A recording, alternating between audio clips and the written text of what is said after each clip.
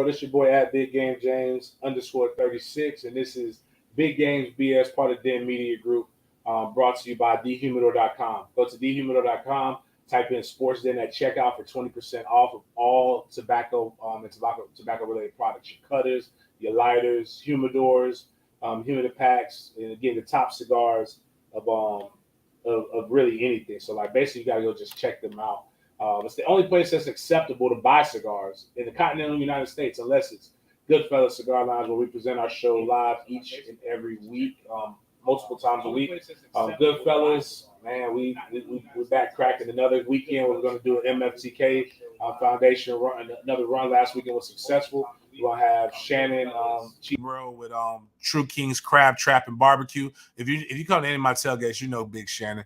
Shannon gonna do his damn thing. We're gonna have a seafood night. We're gonna have a barbecue night. If you want that goddamn brisket, you better come early and often. But tonight we're gonna have Eric, and he's gonna be doing the live band shit. We're gonna have DJ Pierre Saturday. We're gonna have a female DJ on Sunday. Forgive me, I don't know her name off the top, but we're gonna party. We're gonna party for a good cause. We're gonna drink a lot, and we're gonna live life to the limit and love it a lot. Today, I want to kind of go back to stuff that I used to do back in the day. We're an hour behind. We're normally a little earlier. And I'm going to try to remember as much of this stuff off the dome as I can. Shout out to Damian Adams. Appreciate the love, bro. Checking out the Twitter Spaces presented by Gramco. And, TJ Pittenger and those guys, they do a good stuff. Shout out to those guys. Shout out to Noel Love. All those different things. I'm going to try to remember what I have because my phone is going to die. So I may not even be able to share it. So I need you guys to share it on Facebook. Check me out. But obviously, I'm going to talk about Nick Saban in full detail and what it means for college football, what it means for FSU, what I really believe about. Because we used to do this on Sports Den all the time. It was called Petty Friday or Fuck It Friday. And I had a game yesterday with Mandarin High School where I coach at. And game days in high school are normally on Fridays.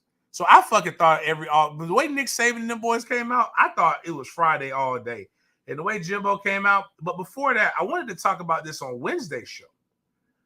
And if you know me, I love to stir the pot. I love politics. And nothing stirs the pot more than politics because a lot of you guys really don't understand it. And you treat politics like it's gangbanging. And it's funny to me because most of y'all are softer than fresh baked cookies, which is nothing wrong with that. If you're a responsible adult, you should be able to talk about things in a responsible manner. You shouldn't have to show or try to prove how much of a thug you are, how hard you are. And the last thing you should be trying to prove is how hard you believe a bunch of motherfuckers that average the age of 60s and 70s, that they're going to come out here and that have been in office for the last 30, 40 years, that they all of a sudden give a fuck about you and what you believe. I got news for you. There are some that are really, really dope. I'm actually going to MC a political event in a couple weeks. I believe fully in that person, but he's one of my best friends. But you know what I can say unequivocally, without a shadow of a doubt, because he is my best friend, is that he's full of shit too. Most people are full of shit. Yeah, I'm full of shit at times. It's like it's impossible to please everybody. But one thing I don't like is when people go straight party line. It shows that you're not a free thinker. And people call me a free thinker all the time, but they just call me that when I agree with them. 90% of you guys think I'm liberal. 50% of you guys think I'm liberal. 50% of you guys think I'm a conservative black asshole because I got a little bit of bread. But the reality is I just really think while it's still legal. And I love that. But nobody has risen to stardom more or quicker. And I wanted to talk about this because the shit is just really funny to me and super ironic. And that's Madison Cawthorn. I think that's how you say his name. But he's the former military vet in a wheelchair. That's the congressman from, I believe, North Carolina, who is, when I'd say a super Trumper, that man is the epitome of super Trumpers. And you know what? Good for him. If that's what you believe and that's what you back. But I mean, like literally, there was nothing that Trump did that he believed was wrong. He backed everything. he went in and talked about how, people are, you're foolish. I am the party, because people talk about Republican Party like it's the party of principles. It's the party, basically it's the party of Jesus. Like all the things that are righteous are backed by Republicans. But if you really look at a lot of the things like the women's reproductive rights that they're trying to inhibit, the rule where they take away age limits on marriage, like so now that little girls can get married or get groomed, and you look at who the people who benefit that kind of bullshit are, like it's a lot of Republicans. And that doesn't mean that you're weird or you're not a Christian if you're a Republican. I'm not saying that. I just always find it odd. And what I find most odd about this situation is he was like a darling of the Republican Party. He was a guy that Donald Trump said was going to be a superstar, a fast tracker, a guy that you can really back. And he was somebody that. But this guy came up and told the truth. And you know what they say? The truth is supposed to set you free, except for if you're in the Republican Party. This man came out on a podcast in March and discussed about how he was invited to sex and cocaine fueled orgies. And I don't know how else to say this, so forgive me. Forgive me when I say this. They cut the legs out of his campaign. Right in front. They swept his legs right from up under him.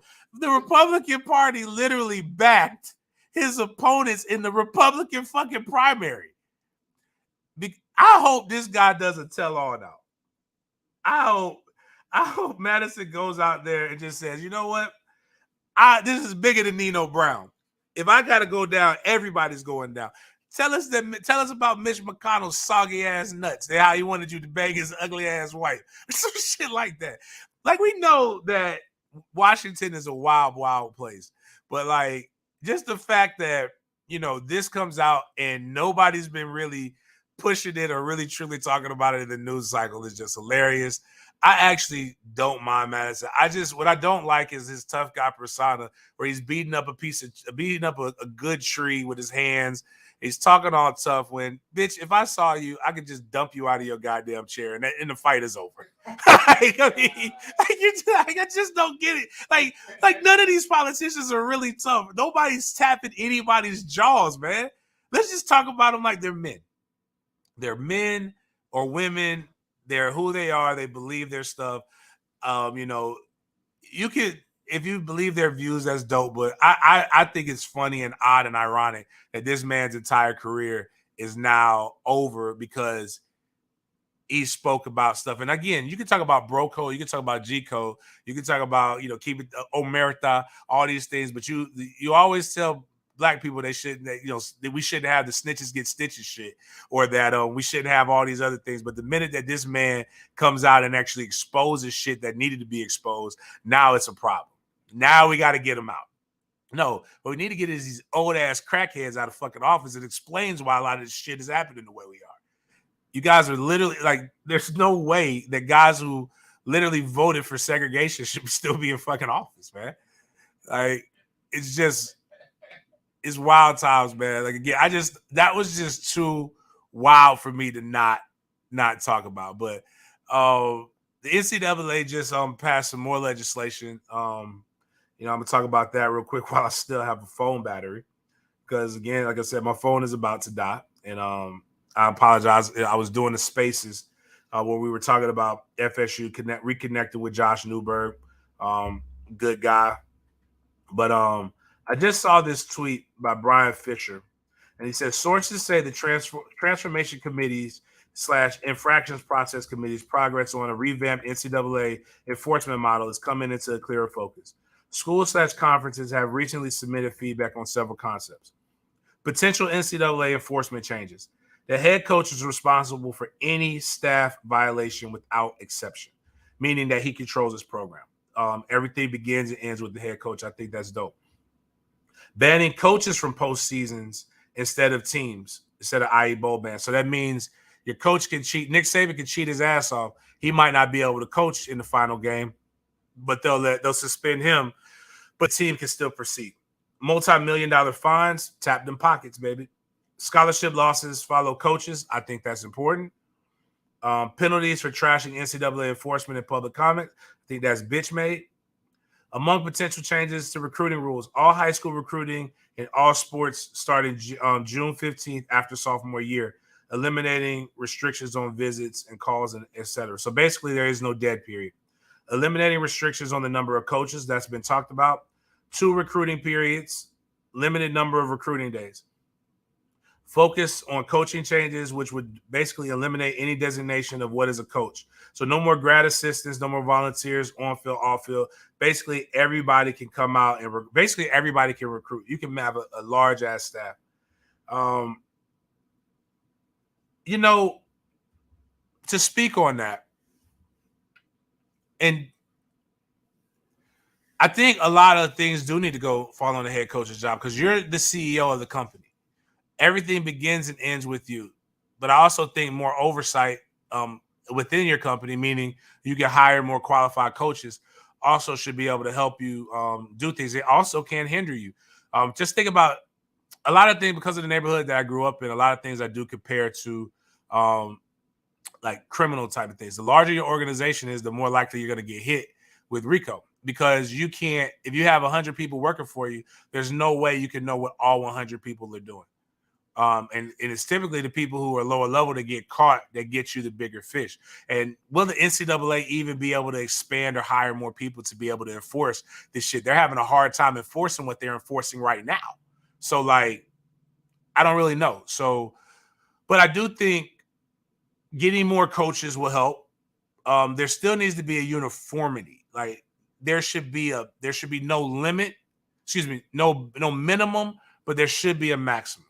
Like, you should not be able to have 50 coaches on field, or at least there's a maximum of people that you can have on field at games. They do that in high school. We in particular with lacrosse, we have one of the largest lacrosse staffs in the state at Bowles. Tom West has always done that, even when he was at Ponte Vedra. But we knew we could get away with it during the regular season.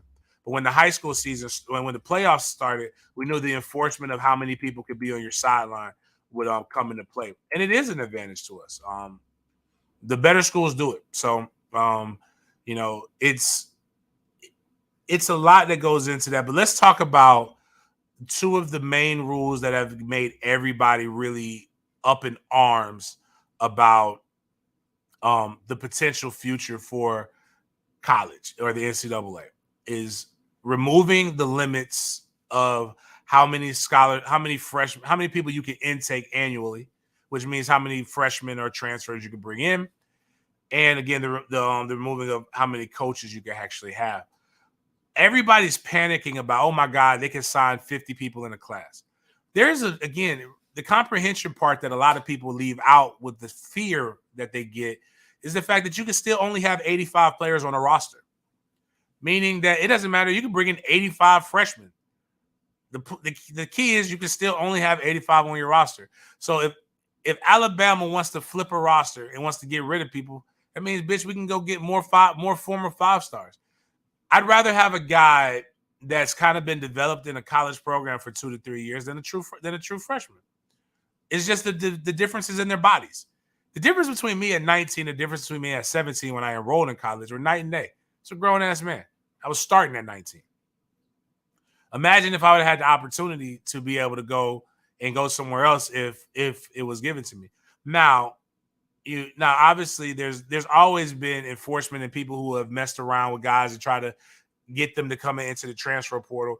But with the NCAA doing this for the next 2 years and getting rid of APR, we're allowing the NCAA to create the wild, wild west that we're afraid of. Like, you can't just, like, this is what I was trying to explain to people about the transfer portal. Kids ain't just jumping in the transfer portal naked. Guys are actually getting pushed into the transfer portal. This is what's happening on a day-to-day basis. So you have to stop blaming the kids and start putting some of the onus on the coaches. And I think that, when they removing the APR has really given coaches the opportunity to truly practice in free agency in college football, because you are getting cut. You are actively being cut. That's what teams are doing.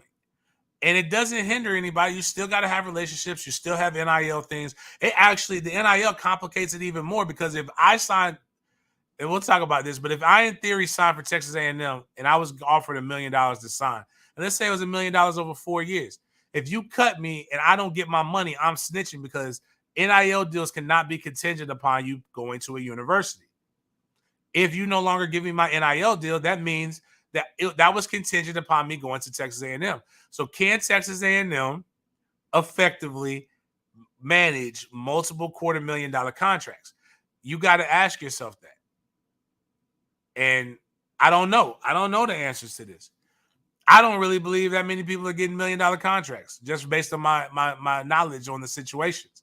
But I do know that the rules should not cause as much fear or trepidation as what people are really trying to pretend that they actually are. I think a lot of you either just bitch made or you just really just need something to complain and bitch about. Either your school can recruit or they can't. Texas has been struggling for years, but they still get top classes. Same thing with USC. Same thing with a lot of schools. And again, if Georgia wants to bring in a class of 25 to 30 players a year, that just means that there's 25 to 30 players that are going to get pushed out of Georgia's class or go to the NFL. That means I want to get 25 to 30 players from Georgia. Right now, Georgia's fucking stacked. Kirby's doing his goddamn thing, man.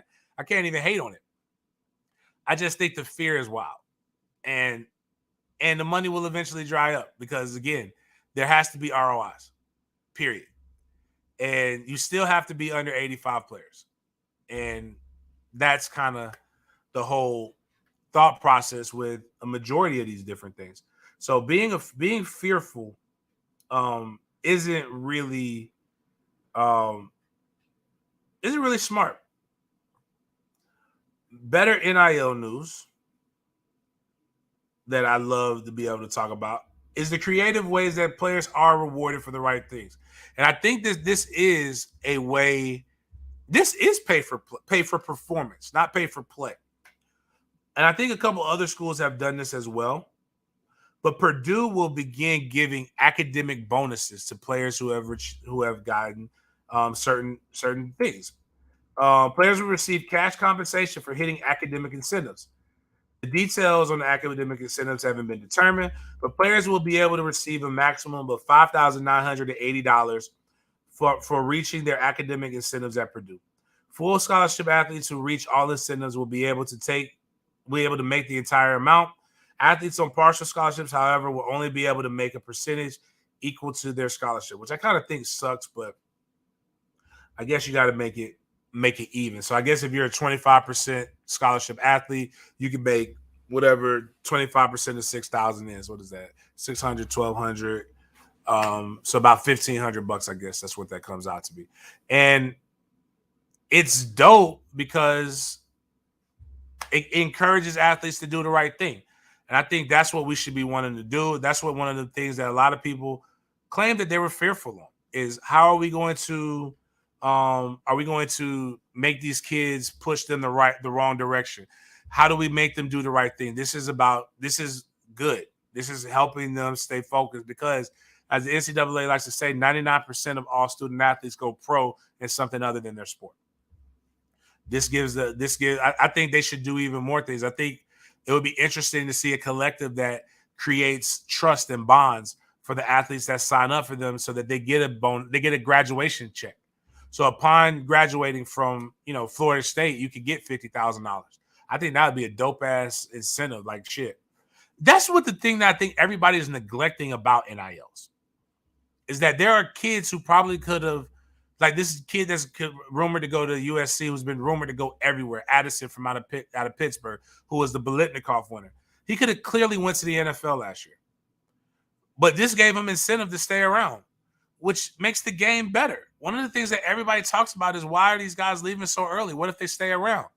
Even if they transfer somewhere else. But like if you stay around an extra year, that's kind of cool. College is dope. And as I tell high school kids all the time, each level that you go up, the game becomes more and more business-like, which makes it a little bit less fun. It's still fun, but like it's real money and real jobs on the line. So I think those are the things that aren't talked about, but kind of getting into what the meat of today's show is. And we're going to just say it's a 8 o'clock, brought to you by Green Acres Sporting Goods. Green Acres Sporting Goods is the go-to outdoors place. You see me shooting those fancy guns. The Taurus 380 right now, I think is the one that's being pictured right now. That, like, I joke around, like that little bitch that went to Howard that Plies talked about, that Delta. She got some power, baby. But we got Taurus 380s, they got Taurus 9mm, Canning 9mm, they got Glocks, they got whatever you want. I personally believe, after talking with Z, everybody in their home defense should be able to have a pump shotgun, and you should be able to have a 9mm. We shot all kinds of things, all editions. We shot 22s, we shot Glocks. Man, that if you're a JSO or a police officer, you could get the switch. That's what the kids like to rap about. Boy, I have shot one of the switches, baby. That bitch is got some kickback. Again, like I joke, it's like dancing with a thick chick at the club. If you ain't got a good base, if you're not ready, and she just starts throwing it back on your ass, you're gonna get a little wild. And that Glock fully automatic, but they also have Glock. They have Glocks that are semi-automatic. They got the AR-15s that you see me shoot in multiple things as well. Z and those guys who you see in the video right there breaking it down are some of the nicest people in the world. They're going to tell you about the right guns. They're not going to just take your money. And trust me, if you want to spend money on expensive shit, they got that as well. So, yeah, hold on again. We got that Glock. Yeah, right there, baby. Shoot that bad boy. Yeah, my bad. I'm sorry. You can't. It's terrible for SoundCloud, but if you're watching it on YouTube, like, that bitch got power, boy. You fucking everybody up if you point that Glock. But 8 o'clock. I love the pettiness. I love the scorched earth philosophy. I love when old white men get to talking shit and snitching on each other. The bro code was violated in a major way by Nick Saban and the SEC coaches. I'm going to go ahead and start it off by this. There's a phrase in sports.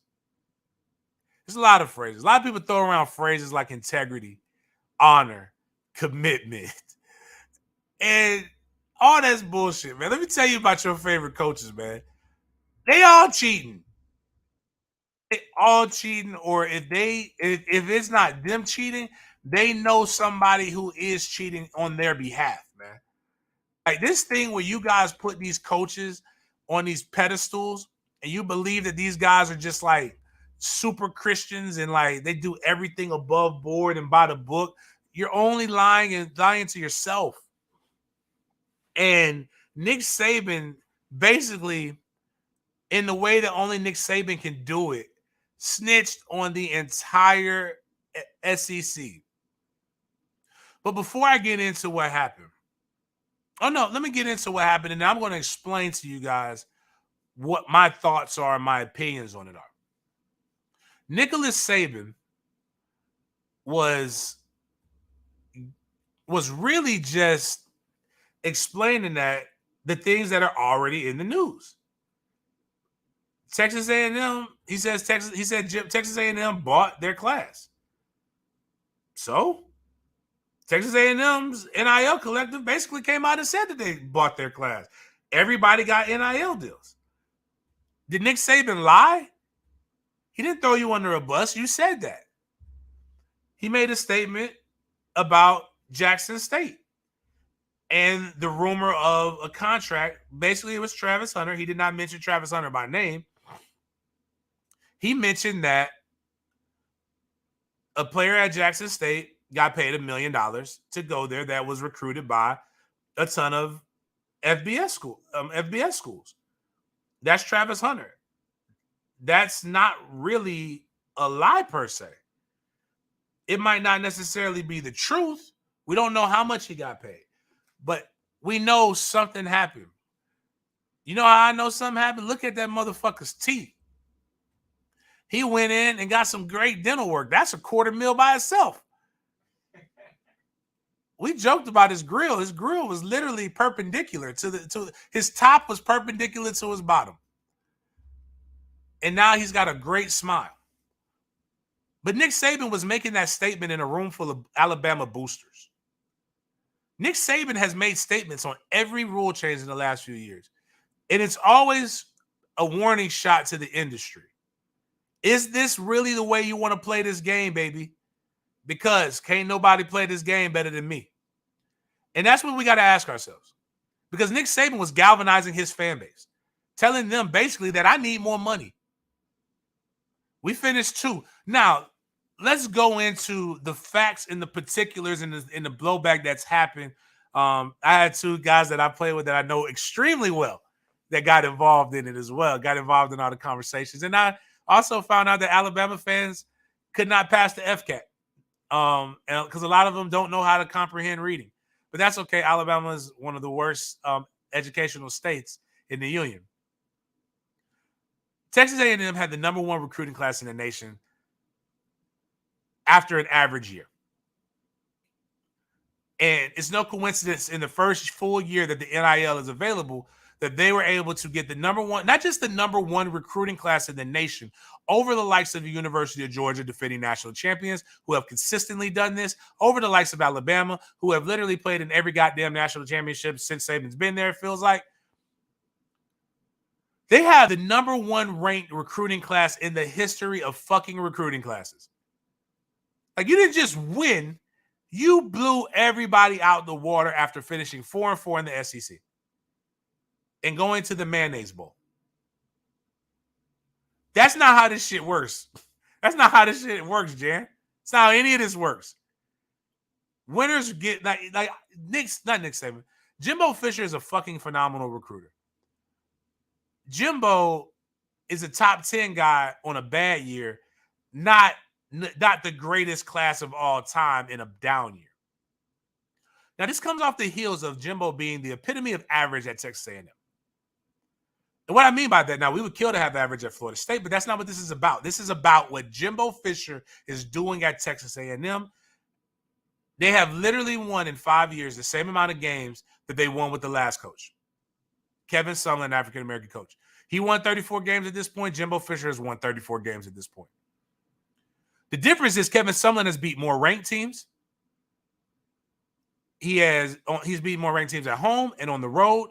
He has done more with less than Jimbo has with more. And Jimbo is actually literally making over twice the amount of money that Kevin Sumlin is making. When the math ain't mathing, you can't get mad at people calling you out for that. Now, let's go over to Jackson State. I am a guy who literally grew up and was birthed on a HBCU's campus. I know all about HBCU culture. Never in my life have I heard anybody say, I want to go to Jackson State. It's no knock on Jackson State, but even on the top HBCUs, you have FAMU, Howard, Grambling, Southern, maybe Hampton, Morehouse, Bethune-Cookman, and for the ladies, Spelman, because Morehouse and Spelman are basically brother and sister colleges. I've never grown up hearing anybody say they want to go to Jackson State. So miss me with this kid chose history and I want to, and wanting to do this and the HBCU experience because damn it, Deion, your ass ain't going to be there in 2 years either, man. I don't care that Travis Hunter went to Jackson State. I think it's dope. I think it's historic. I think the fact that I think they should brag that they got him a dope-ass NIL deal to show that you can fight and that you belong in this space. But I might have been born in the day, but I wasn't born yesterday. Lie to your pastor. Stop lying to us. And here's where Nick Saban is fucking genius. And I've seen a lot of lawyers defend and back up this stuff, but what is the one thing that I know anytime that I've gone to trial or I've had to sit in front of other lawyers to get deposed and a bunch of other shit, my lawyer always tells me, answer as quick as possible with as little words as you can. The more words you put out, the more you have that those people can critique and pick apart. So what did Nick Saban do? All Nick Saban did was regurgitate what Texas A&M has put in the news. And what happened? Jimbo Fisher called a press conference the next fucking day. It went on a 20-minute diatribe where he's basically stating that they did nothing wrong, which might be true. But now you're on record stating that you did nothing wrong. And what if they find any impropriety? Ooh, oh shit. But you said you didn't do anything. Why would you turn the mirror towards you when you could have just ignored it and let this die down? Why would you do that, Jimbo? Now, Jimbo, we all know the game. You didn't become an ace recruiter by your ability to just go in and talk to women and mothers and sons. We've heard about the Tim Brewster stories, baby. People, again, it's just always with this NIL shit. People act like the bag man hasn't existed for decades and centuries. We know about the bag man. We know about there's the rumors, if you talk to coaches down in Miami, about unpaid debts. And you can't go into a certain school until a guy has been paid back what he was rightfully owed. And Jimbo, to end it, you basically stated that I know how you do things, and you know how, and you don't want me to snitch. Well, Jimbo, we know how you do things too. It's as American as apple pie. I don't want a coach that's not trying to cheat a little bit. And I'm not knocking you for that. And Dion, it was a reason Saban didn't mention Travis Hunter's name. You brought up the name. And you know what you did when you brought up that kid's name? You put the microscope on the kid inadvertently. He could have been talking about Kevin Coleman, who was also a 5-star that turned down multiple FBS offers to come there. He could have been talking about the numerous guys that you got to transfer in there. You could have just said, man, hey, man, what we doing at Jackson State has nothing to do with what guys are doing at Bama. I got that last minute if you want. Go ahead. You can play it.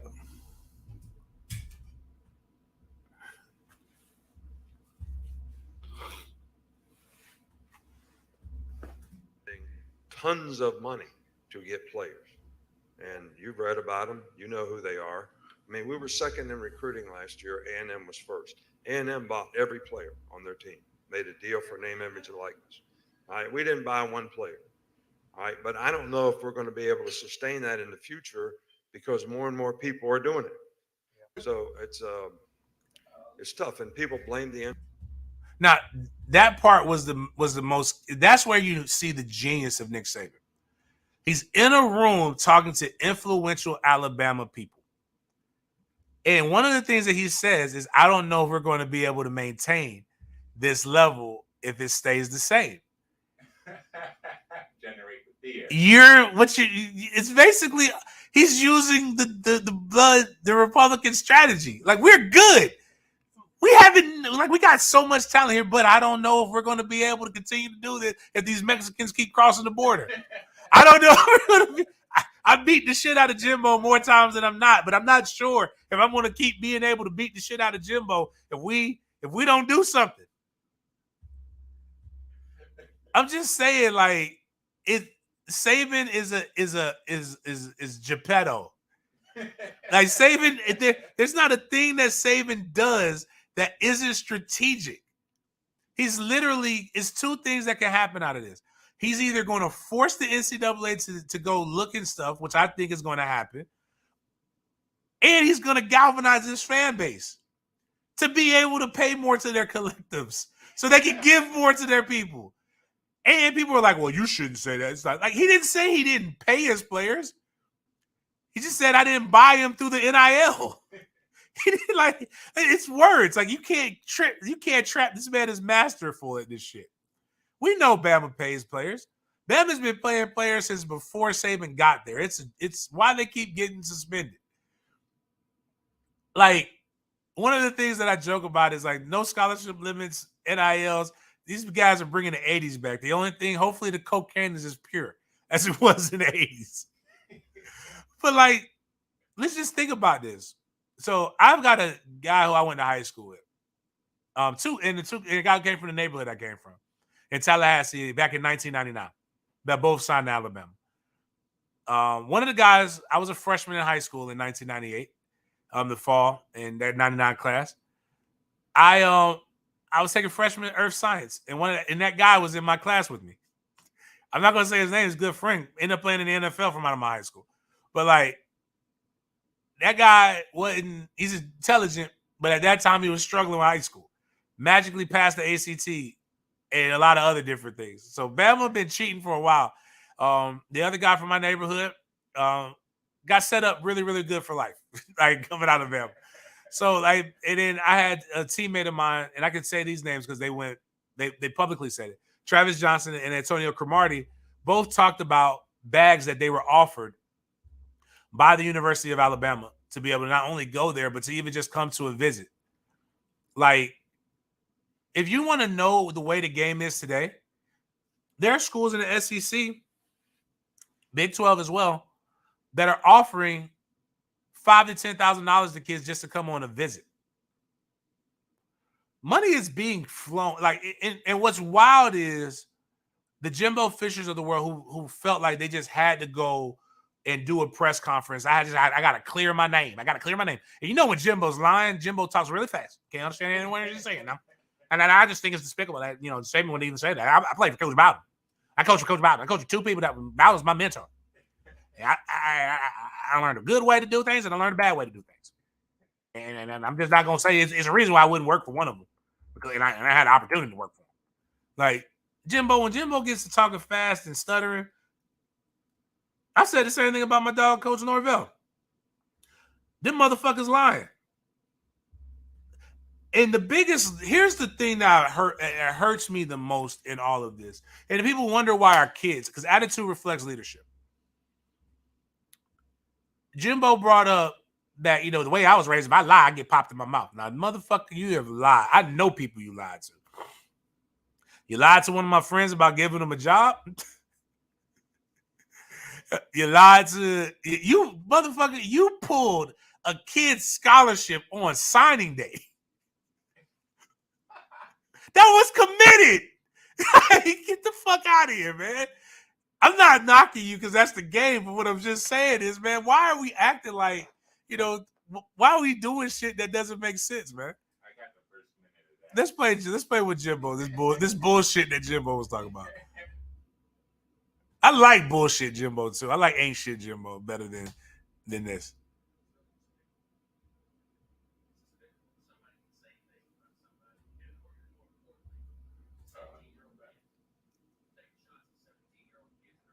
You cut a 17-year-old scholarship.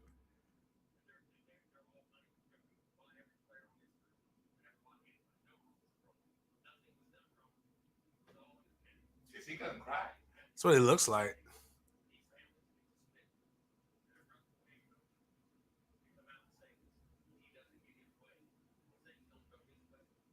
He got the crazy eyes. Oh, he's mad.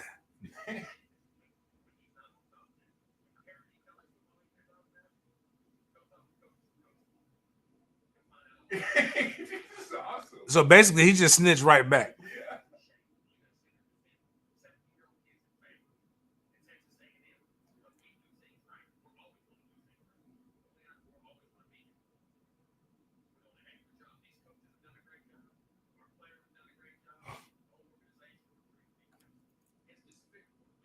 I mean, you know what? I know you can stop that. I'm gonna use this because what happened was it's not Nick. Jimbo learned a new word. You tell me motherfuckers learn a new word. I did this yesterday. I gotta give the guy props, man. I gotta make sure I got the right name, dog. I don't know if I'm gonna be able to find it without my phone dying. I want to give you the right app because, brother, I knew it was some smart motherfuckers arguing on Twitter on this one right here. I think it's Farcical. Boy, it was a whole fucking bar that Buddy used on Darren Heitner. And Darren's a smart dude. Darren just be smelling himself a little bit sometimes. And I'd be like, hey, man. And it's a reason why he don't respond to me on tweets because, motherfucker, you know who did you know what to you know who. We'll just keep that between me and you. His name is Crawford Rogers at CZ_ROG. I'm far from believing that Bama's never paid anyone, but I think coaches just want consistency. If it's going to be an open bidding war, that's awesome for athletes. Let's do it. But let's not have a farcical principle in place that pretends to disallow it. I said, what the fuck does that mean? I had to go Google that thing. I said, farcical. I've been using farcical all yesterday. Every time I got a chance. And that's all Jimbo was doing. Somebody told Jimbo what despicable means. And because he thought despicable meant farcical. like a little minion. Like somebody said, coach, that's despicable. You talking about the little minions with one eye that's running around? No, coach, despicable means bad. Ain't no way Jimbo knew what the fuck despicable meant with that West Virginia education. No knock on you, dog, but just saying, man. Farcical. That shit is hilarious, man. I'm going farcical. I thought farcical was like a smart ass popsicle, but apparently it's a word. But here's the thing, Nick Jimbo in that thing says, I don't mind confrontation. And he talked about his daddy people tapping jaws back in West Virginia because that's where both of them are from. But in the same breath, Jimbo said, no, I didn't answer his phone call when he called me. Bitch, if you like confrontation, I'd have been waiting on your ass to call me. I'd have lit your ass up, Nick, saying, Nick, you motherfucker, when I see you, it's gonna be on. I wish you motherfucking would say my name, Nicholas. Like, Jimbo, you ain't about that life, man. Stop that shit. This is the same thing I was talking about with wheelchair, with Hot Wheels a little while ago. You motherfuckers be acting like y'all around here big and bad because you're in positions of power and authority. Just be who you are. Do what you do. You win arguments with the pen and the pad, and that's what you do. The badassery is done by the guys that you recruit. It's the same thing that you did when you were leaving Florida State, when you called out that goddamn fan in the stands like you couldn't get FSU tickets for $5 at that time. Your ass gonna fuck around and meet a drug dealer from Joe Louis, and he gonna beat the shit out of your ass. But you did that shit because you knew you had security all around you. You're not a badass. It's okay to not be, excuse me, let me rephrase that. You can be badass in other ways other than physical confrontation and trying to pretend to be something you ain't. Like, that's not what you are, Jimbo. Just relax. You're a little mad that Nick called you out, and I can believe that. But the reality is that the call out was nowhere as bad as the response that you guys had. And all it made people do is go back and look at what you were doing before the NIL. Your recruiting class, what you left Florida State with back in 2017, was 60th. 2018 signed 0 5-stars. Now, getting a 5-star is an accomplishment in of itself. I just want people to understand that. In 2019, you got 2. 2020, you got 2. 2021, you got 1. That is good. That's an accomplishment. NIL is introduced. You know how many 5-stars he got? So if we do the math, he signed 5 5-stars up until last recruiting cycle. This man signed 7 5-stars and had the highest rated recruiting class of all time. And you want me to believe that people just, well, goddamn, Texas A&M is just one of the best places you can go. Like, I mean, it's just like we do things the right way here. Like, that's the only reason people came here. Like, you know, they're not coming here because of oil money. They're not coming here because we changed lives and doing all kinds of different things. They're just coming here because I genuinely can coach guys better. Not putting as many guys in the NFL as we used to, but that's not the point. I mean, we're not whipping ass. We're not winning. We still haven't won the national championships in Technicolor. Like, you realize Texas A&M hasn't won a national championship since America was great. That's the only way you're going to win. Everybody tells me how much money they got, but the shit ain't helped them yet. Boy, and then what's crazy is you talking shit to the GOAT. Like, you ain't got to come to Tuscaloosa, and like he's not going to mud stomp your ass. Wars are started by old men, but it's the young men that have to die. What have you done for your children? Like, you're going to have to luck up like you did last year and beat Saban. But I promise you, if Saban gets up on you, ooh, he gonna do all kinds of strange shit to you. Whatever Alabama is plus when this game comes, I want to go to Vegas and see if I can push it out. Like, if it's a 15-point spread, I want to know how much money I can make if I make it a 20-point spread, because I think Saban's going to beat the fuck out of Jimbo. He's not going to talk about tapping your jaw. He's going to spank your ass. He's going to spank your ass like he's your daddy. Everybody else is getting involved. You see Kirby is noticeably silent. Lane Kiffin is like, hey man, listen, motherfucker, I know the deal. That's how. Because the craziest thing is how can you snitch on a guy and you're not complicit? That's like me coming and saying, I know how much coke you sold. I was there, bitch. Like no. It's because the elephant in the room is that none of these guys really want people telling on each other. You don't really want everybody knowing the real rules. You don't want to know this stuff. And kudos to Greg Sankey, the commissioner for the SEC, pulling everybody in, giving the sit down, telling them motherfuckers to shut the fuck up. But it's already done. What's done is done. Saban knew what he was doing. He was able to get it in, and everybody's been reined in. You can't even get a coach to talk about this. But SEC Media Days is going to be really interesting. I can't wait to see it. It's going to be dope.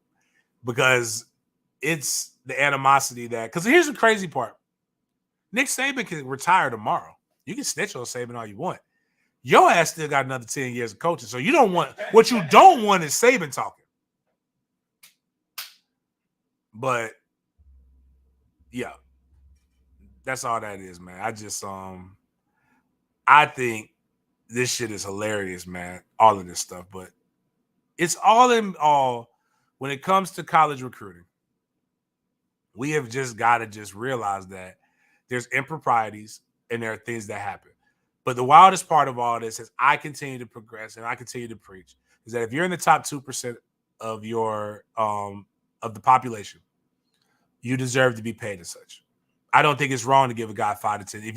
I'm gonna be honest with you, I'm watching all of this and I can't wait to. I pray, which I think they will be, with proper guidance, proper nutrition, and the way that Coleman men are built. And also, luckily, they come from Hume stock, and my brother-in-law has got good size. So there's not a lot of like the only person that's is a runt is their mother. But I think we weeded that out. It's the second generation female on the female side. So hopefully we've weeded that out. My sister was a Division I athlete, pro athlete. I was as well.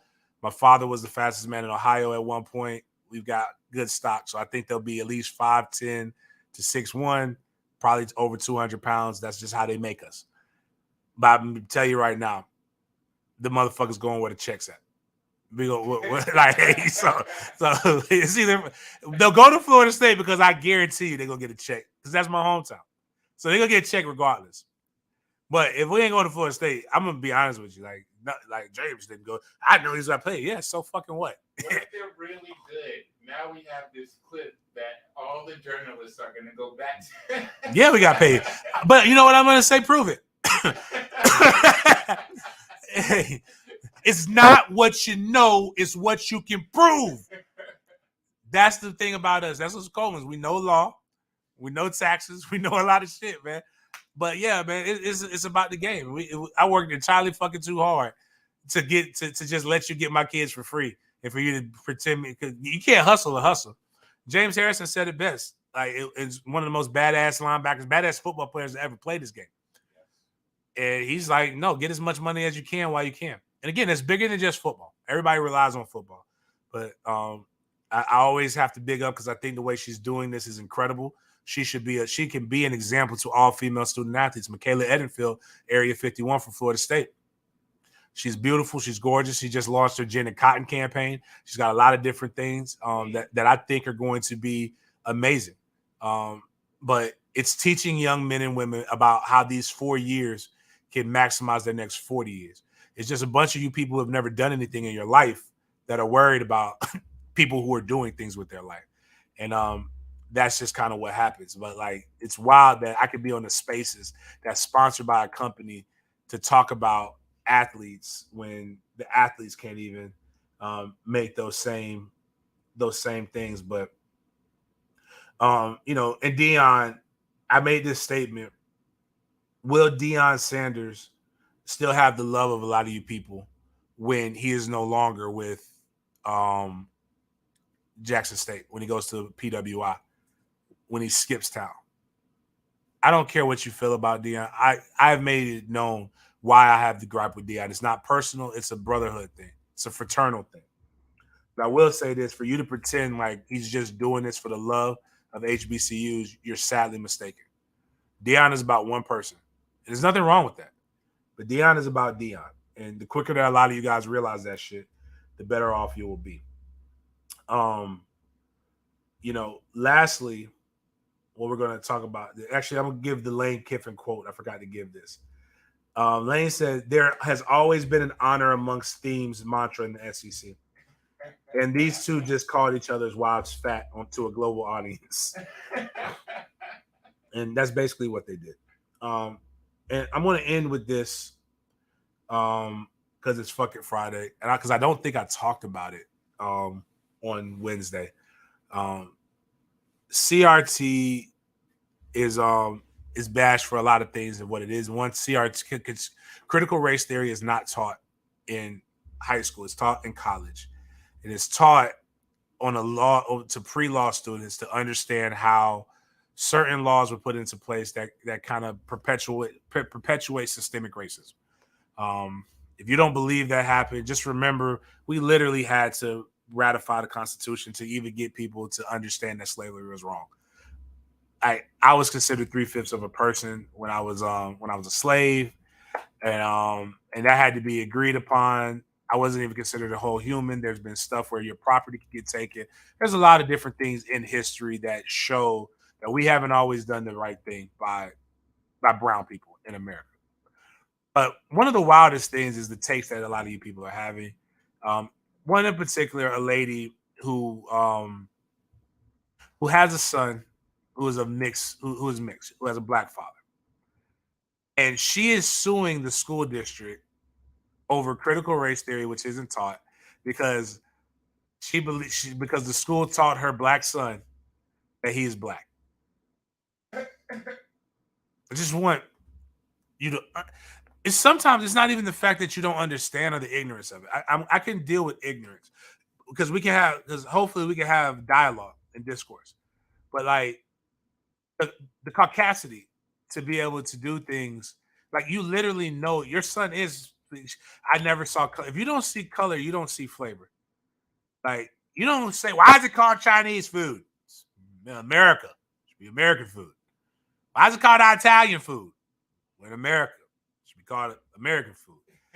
Why is it Middle Eastern stuff? Why is this pita and this hummus is just not American? Because bitch, it's Middle Eastern. You know, it's nothing wrong with seeing color. It's wrong with judging people based upon those things and having stereotypes and improper stereotypes. The good stereotypes are dope. This lady literally and this is the things that she said her son is doing, that he's claiming everything is racism. Mind you, her son is I believe 12 years old. And I don't know what everybody else's young kids are, but there becomes a time when these kids start challenging everything. They're not challenging because it's racist. They're challenging everything. And she says that the school told her that her son is a black man and that the world is against them. And I got news for you, man. If that's being taught, that's some white liberal, probably more so conservative bullshit. Because ain't nobody teaching you that the world is against you. But the main thing that she really put is that the motherfucker say he don't want to do chores and he's saying that's racist.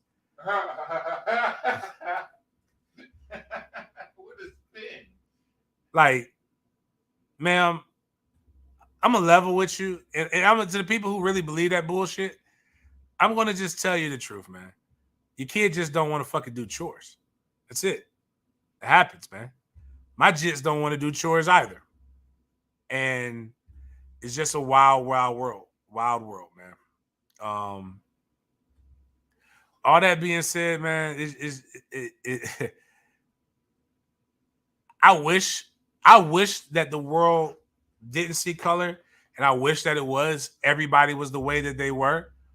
I wish I didn't have things to bitch about. And I'm a guy who does business with a variety of people. And I am lucky. There are people that I deal with. My son's godfather is possibly the largest white man in Jacksonville. My guy Scott sounds like Stone Cold Steve Austin, who owns Goodfellas Cigar Lounge, who I'm a partner with. Looks like a white redneck, and he has biker gang connections. But we all do understand the way the world should work and things, but we're also, none of us are naive enough to believe that everybody else thinks and operates in the way we operate. And I do surround myself with people who will whoop your ass over my kids or over me. Matter of fact, it was funny. My sister came into town last week, and I brought her to Goodfellas, and she got a chance to meet my partner, Scott. And this is why I'm saying this to let people know, because there are people who watch this who understand that, if you come at my guy, Scott, you coming at me. And I didn't realize this until my sister said it. And she was just like, that name sound familiar. Oh, yeah, that's the Scott that I had to talk to when you were sick. He made sure he had to get updates. And that meant a lot to me because, for people who don't know, I almost fucking died. But he was stressed as much as my family was stressed. My son's godfather cried when I was in the hospital. And when I called him, he choked up and cried. Do you understand how hard it is for you to not cry when you hear a big, like 6'7", 400-pound dude that you know is tough choke up just by hearing your voice?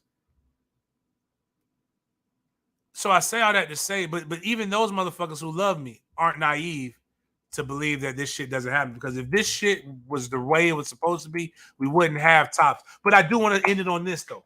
Shout out to the city of Jacksonville, though. City of Jacksonville, y'all are so dope. City of Jacksonville. I'm going to say why I love this city, even though we got our own issues, too. There was a video that went viral the other day of a black woman who was shopping at a gas station off of Fort Carolina in Arlington, and a white man entered there and was essentially saying racial epithets and things. And then he got up in her personal bubble. She asked him to move, and the white man started putting paws on him. Not saying white to try to stir up the pot. I'm just using that as a descriptor because the motherfucker was white. And he actually, but when I tell you those people got his picture, and they got the license plate number. Them motherfuckers doxed him so quick, and he has been found. He's been arrested. I think some people put paws on him.